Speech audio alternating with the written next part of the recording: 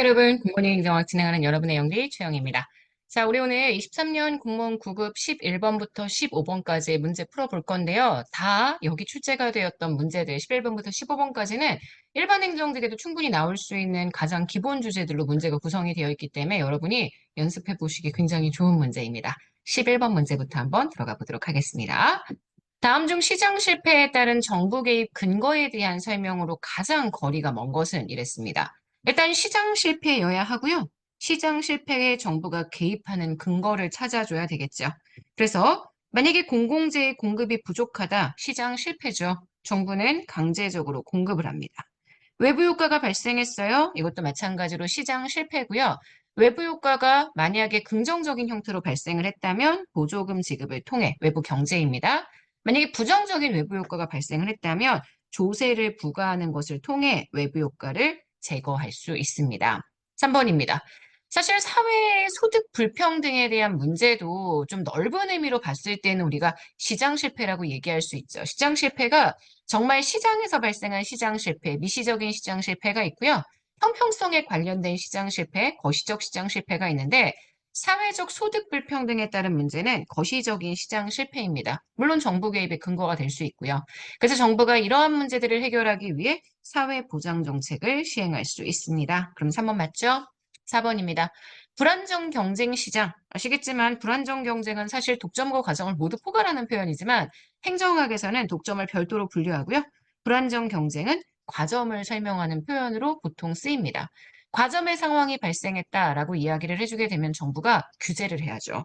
정부가 특정한 행동을 장려하기 위해 보조금을 쓰거나 혹은 공적으로 공급해서 정부 독점을 유지하는 건 과점에 대한 해결책이라고 볼 수가 없습니다. 과점은 정부가 규제하는 방식을 통해 해결할 수 있다. 이렇게 정리해 주셔야 되죠. 4번은 X입니다. 문제의 정답은 그래서 4번이에요. 자, 12번 문제 가도록 할까요? 나카무라 스모르드의 정책 결정자와 집행자의 관계에 착안한 정책 집행자의 유형 5가지. 바로 보, 지, 협, 재, 관입니다. 아시겠지만 정책의 결정자가 있고요. 집행자가 있죠. 이쪽으로 가면 갈수록 결정자가 가지고 있는 권한은 줄어들고요. 이쪽으로 가면 갈수록 집행자가 가지고 있는 권한은 늘어납니다. 그래서 제가 수단보다는 목표를 누가 설정하느냐, 목표에 대한 주도권을 누가 갖느냐. 그래서 보통 고전적 기술자형과 지시적 위임가형은 결정자 우위형. 협상자형은 목표에 대한 협상이 가능하다. 결정자가 본래 결정을 하지만 집행자의 의견을 듣는다. 그 다음 재량형 실험가와 관료적 기업가 이들은 집행자 우위형이 된다. 이렇게 말씀을 드렸었습니다. 그래서 문제에서는 고전적 기술자형에 대해서 물어보고 있죠. 고전적 기술자형은 정책의 목표는 완전히 결정자가, 수단에 대한 기술적인 권한만 집행자가 행사하는 형태입니다. 그래서 지금 보시면 1번 정책 결정자가 추상적인 목표를 지지하지만 구체적인 정책 목표의 결정은 불가하대요. 그래서 정책 결정자가 집행자에게 추상적인 목표 이외의 나머지 모든 권한, 광범위한 재량권을 부여한다. 그러면 이거는 재량형 실험가입니다. 집행자가 많은 권한을 위임받아 정책 집행을 하는 경우로서 많은 재량권을 갖게 된다. 이 재량권이 수단에 대한 것을 만약에 설명한다라고 이야기를 해주게 되면 그런 경우에는 수단에 대한 재량권은 본래 고전적 기술을 다 가지고 있으니까. 근데 집행자가 전체의 내용을 다 목표와 수단에 대한 권한을 위임받아서 재량권이 많다.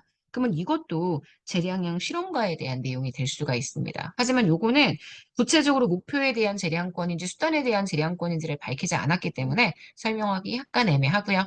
3번입니다. 정책 결정자가 집행 과정에 대해서 엄격하게 통제하는 걸 의미합니다. 집행자가 아주 약간의 정책적인 재량권만을 가진다라고 얘기를 했는데요. 네, 요게 기술적 수단에 대한 재량권입니다. 정책 결정자가 모든 과정을 엄격하게 통제하는 걸 의미한다라고 얘기했다면 이런 건 당연히 요거는 정책의 고전적 기술자형이 됩니다. 그 3번이 맞는 선지고요. 4번 정책 결정자가 목표를 수립하고 수립하고 집행자들은 정책 결정자와 목표나 목표 달성에 대한 수단에 대해서 협상을 한다. 정책 결정자가 목표를 일단 수립했대요. 그래서 집행자가 정책 결정자와 목표에 대한 협상을 할 수가 있다라고 이야기를 했다면 이거는 협상자형이 됩니다. 해석을 좀 정확하게 해나가시는 게 되게 중요합니다. 그래서 여기 해석하실 때에는 결정자와 집행자 중에 누가 더 주도권을 가지고 있느냐, 그리고 목표를 중심으로 봐주셔야 한다는 거 기억해 주세요. 자, 13번 문제입니다. 사실 문제가 아주 매끄럽지는 않아요. 점증 모형에 대한 논리적 근거로 가장 거리가 먼 것은 이렇게 얘기를 하고 있는데, 점증 모형을 주장하게 되는 논리적 근거라고 생각하고 문제를 풀어주셔야 되고요. 이 문제에서는 실현 가능성에 대한 것과 제한적 합리성에 대한 이 두 가지, 실제 현실적인 실현 가능성이 높다, 그리고 인간의 합리성은 제한적이다. 이게 점증 모형을 주장하는 논리적 근거가 된다. 이렇게 생각해 주시고 문제 풀으셔야 됩니다. 자, 매몰 비용은 아시겠지만 회수가 불가능한 비용입니다. 이 회수가 불가능한 비용인데 이미 매몰이 되었기 때문에 얘를 더 이상 고려하면 안 된다라고 얘기하면 합리 모형. 아니다, 매몰 비용도 이미 쓴 돈이기는 하지만 우리 아까우니까 이거 고려해야 한다라고 이야기하면 점증 모형이 되는 거여서요. 사실 점증 모형의 논리적 근거로 설명을 하기엔 약간 애매한 부분이 있습니다. 문제에선 정답이 4번이기 때문에 이 매몰 비용에 대한 것을 고려해서 우리가 합리적이지 않고 비합리적인 판단을 하게 되면 그게 점증 모형의 논리적 근거가 된다 이렇게 볼 수는 있을 것 같은데요. 사실 그렇게까지 다 정리를 하기가 쉽지가 않아서 이 매몰 비용은 일단 세모해 놓고요. 문제에서 논리적 근거에 맞는 내용이라고 봤습니다. 제일 마지막 정보 접근성 나와 있죠? 정보 접근성도 마찬가지예요. 합리 모형은 100% 정보 접근성이 완벽하다고 생각을 하거든요. 인간의 정보에 대한 접근성은 굉장히 높은 편이다. 그래서 합리적인 의사 판단을 할 수 있다. 상대적으로 점증 모형은 정보에 접근할 수 있는 능력이 사람에게 못 다 있는 게 아니다. 그렇기 때문에 고려하지 말아야 한다. 이렇게 얘기를 할 거여서요. 사실 매몰 비용, 정보 접근성 둘 다 약간 애매합니다. 일단 그래서 이 문제에서는요. 정답은 4번이지만 해설시 참고하시고요. 2번하고 3번 이렇게 두 가지가 논리적 근거가 된다. 이렇게 기억해 주시면 될 것 같습니다. 자, 14번입니다. 다음 중 민간 부문에 의한 공공서비스 생산의 유형과 설명으로 가장 거리가 먼 것. 민간 위탁은 계약에 의해서 민간 생산자가 공공서비스를 생산하는 형태입니다. 자, 2번입니다. 자원봉사는 간접적인 보수가 허용되는 공공서비스 생산의 유형이라고 이야기를 하는데 간접적인 보수든 직접적인 보수든 보수를 일체 받지 않고 정말 내가 공익을 위해서 활동하는 그러한 노동을 제공하는 형태. 이게 자원봉사이기 때문에 간접적, 직접적 그 어떤 보수도 허용되지 않는다라고 봐주셔야 합니다. 그래서 2번은 X고요. 3번 면허는 일정 구역 내에서 공공서비스를 제공하는 권리를 인정하는 유형이죠. 맞습니다.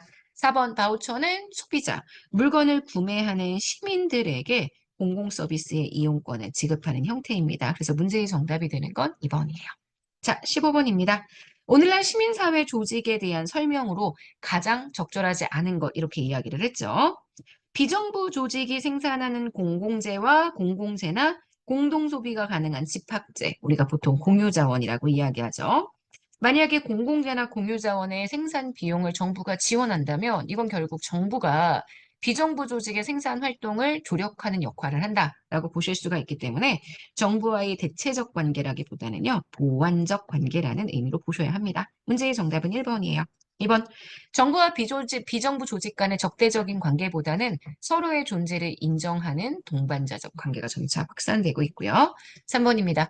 비영리 조직이 지닌 특징, 모두 다 자발적으로 활동하고요. 자율적으로 활동합니다. 이익을 추구하지 않기 때문에 이익을 별도 배분하지 않습니다. 이익의 비배분성이라고 표현을 합니다.